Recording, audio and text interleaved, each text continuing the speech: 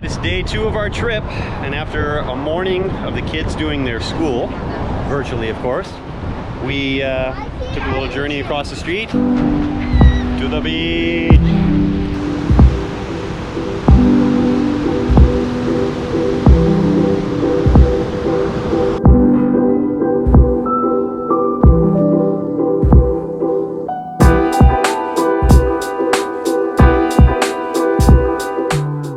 Bike ride with Kaylee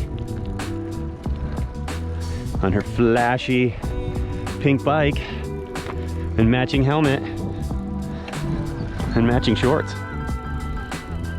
Are you ready, Lukey? Lukey, are you ready to go on a bike ride? It's really wet. What? It smells like freeze drink. Family nighttime bike ride. Right, Brady? Look at him go. We got Kaylee way up there. And we got Mommy, who's back there. Nobody in the trailer. We got Lukey.